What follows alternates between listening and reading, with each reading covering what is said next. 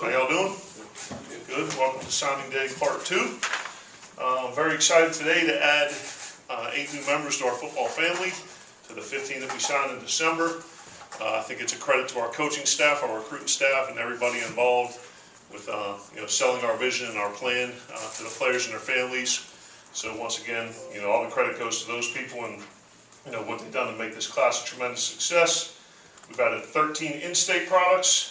By one recruiting service, 6 of the top players in the state of Mississippi, 11 on offense, 13 on defense. And throughout the month of January, in the past 6 weeks, I think we've done a great job getting out to the high schools in the state of Mississippi, creating and developing relationships with the coaches and selling them on their vision of our program, and letting them know why the best players in the state of Mississippi need to stay at home and play for the state university and help us win an SEC championship and compete for a national championship.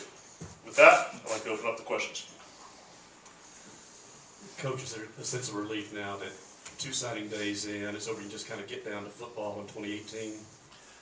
No, I think, it was, recruiting's very exciting, and, it's a great day for these young men and for their families, and it's a combination of a lot of years of hard work and dedication, and for them to be able to have this day and celebrate.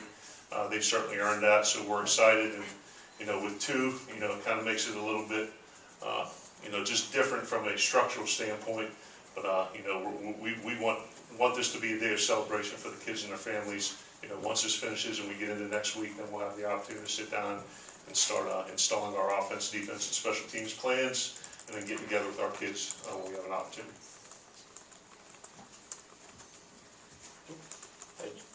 Hey Joe, how do you guys evaluated your process of the offensive line in this cycle?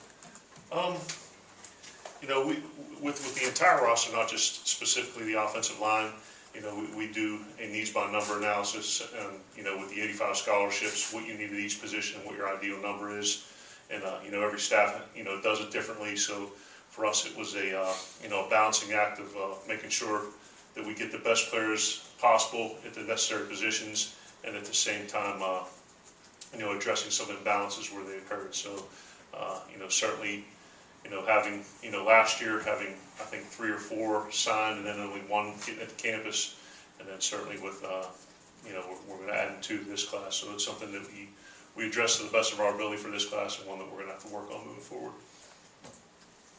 One of those offensive linemen that you added, Cameron Jones from right here to start, one of the things. Just what did you see out of him that made you want to bring him into the fold? I think Coach Jones and his staff have done a tremendous job of developing Cameron.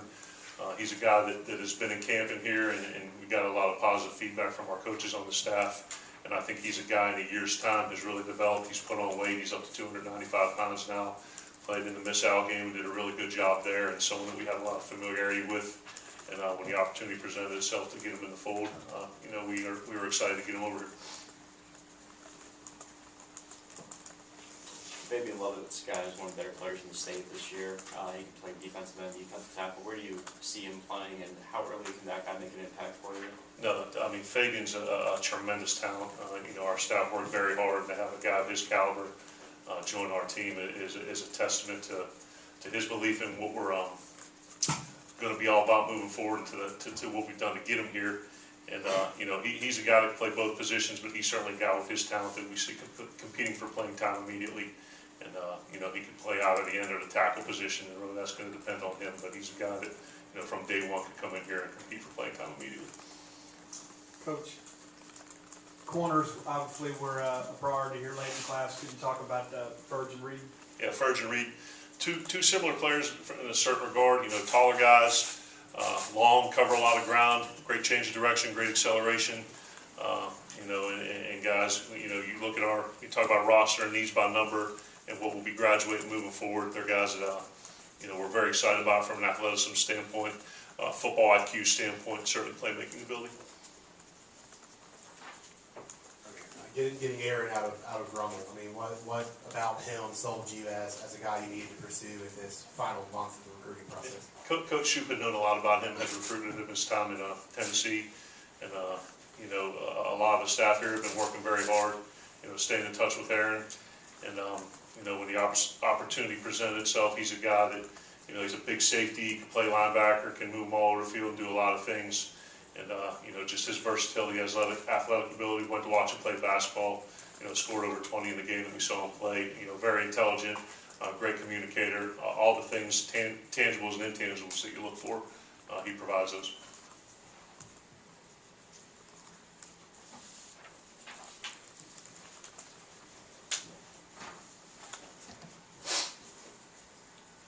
Coach, I know you've pretty much been on the recruiting trail since you got here. Sure have. How do you feel like the Mississippi State brand was received on the recruiting trail with you at the helm? I think in our in-state, and then we talk about our footprint, which is a surrounding region, and then nationally, the response to our coaching staff and our vision and our culture and what we're going to do here as a football program has been overwhelmingly positive. And, you know, our you know, message to the coaches in state is, like I mentioned before, that there's no reason why, you know, the best of the best have to go anywhere else to play ball, and telling them why staying here and playing at Mississippi State is a great opportunity academically, football-wise, and socially, and that great things can happen here, and we can win championships. So the response has been tremendous. Coach Boyd, how do you feel the momentum from the early signing period maybe helped you lock up some of the guys from today? I don't know if it was necessarily momentum. You know, certainly we had a bunch of highly ranked kids in the initial signing of 15. You know, that there was a little bit of extended time period between the 20th and now. And what I think it allowed us to do is have a more concentrated effort, because it was a lesser number and there was a lesser pool of kids out there because so many had decided to sign on the 20th. So I think, you know, not as much momentum as a concentrated effort by our staff on the kids that we targeted and wanted to go after. With Fabian and Nathaniel, two guys that were committed, but you continue recruiting them through January. I mean, what did you do with that extra month with them to keep them on the ship, I guess?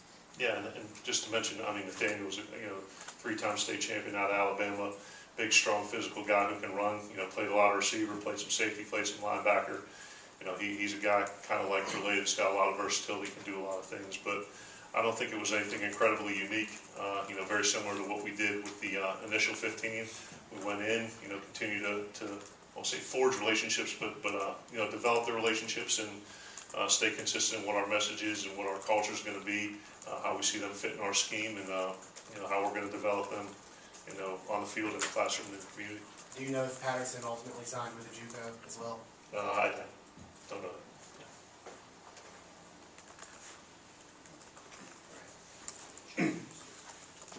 Do you have any opinion now on the split signing experience? Because it's something everybody in your profession just didn't know how it was going to handle.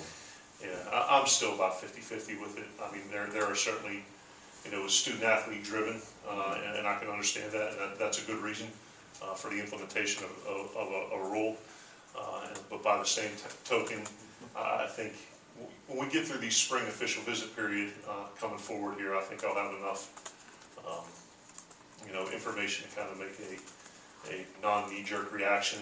You know, but certainly from them, from you know, student athletes being able to sign on the 20th and get locked in, that's great. You know, and being able to, you know, focus your efforts moving forward to the second signing day. But I think there'll be some things moving forward that we need to evaluate as a staff and kind of, you know, see how the whole thing works in terms of, you know, 30,000 foot view. I've always wanted to say that, 30,000 foot view. That sounds pretty cool. You spend a lot of time at 30,000. Yeah, no question. Watson here is listed as a linebacker here, but Yeah.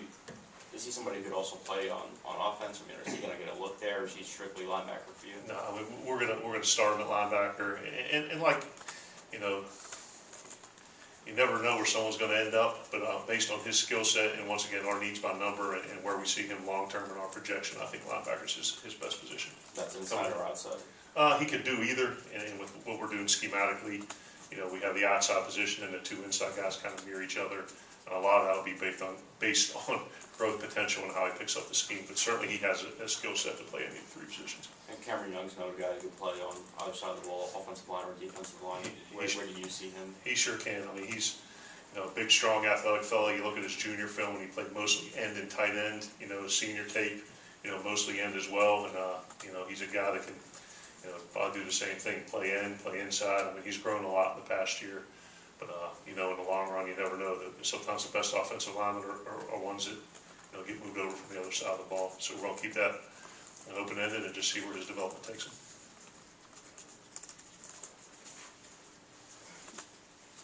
I know there were reports earlier today that Scott Fountain had left the staff. Were you able to comment or confirm on any of that? Yeah, absolutely. You know, none of it was finalized, and, you know, Coach has an opportunity, you know, to, say, I guess it's not remain, to go back to Georgia, and, you know, I always talk about the 3 criteria when I, you know, consider job opportunities, personal, professional, and monetary. And, you know, Coach really didn't have an opportunity to get in front of our kids and install schemes. He was here in a, you know, recruiting capacity, but, you know, his family, you know, kids being in school and things like that, I think the personal part played a lot of that. And, you know, we wish Coach Fountain nothing but the best. You know, very good coach, very good person, and ultimately in this football program, just like with our players, you know, our coaching staff's going to have a next man in philosophy. You know, if somebody leaves, the person that replaces them is going to do as good or better of a job. And, you know, we want people who want to be here because, you know, this is a place where we can win championships. So we wish Coach the best, and we'll move forward with finding his replacement. And we haven't had a shortage of people interested.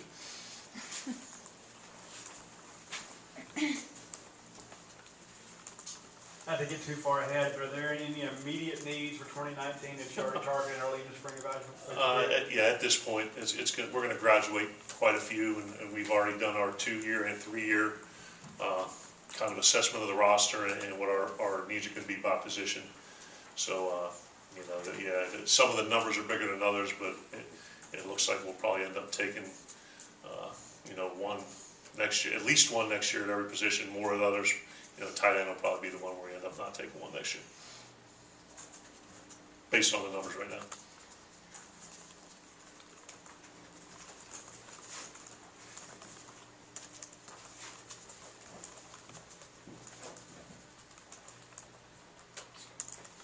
Just to confirm, you're looking to add another special teams guy as a special teams coordinator in replacing To him? replace Coach Fountain, it will be special teams coordinator. Yep. Yes, sir.